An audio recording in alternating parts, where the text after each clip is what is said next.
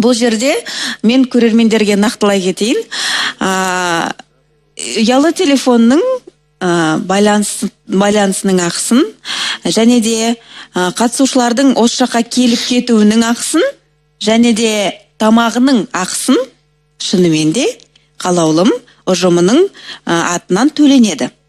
Бірақ ол ақша қолға берілмейді. Ол ақша тікелей талон арқылы шешілетін мәселе. Қалаулым жобасы басталар алдында үлкен тартысу болған бұл мәселе бойынша. Адамдар бұл жерде 3 сағат уақытын жоғалтады.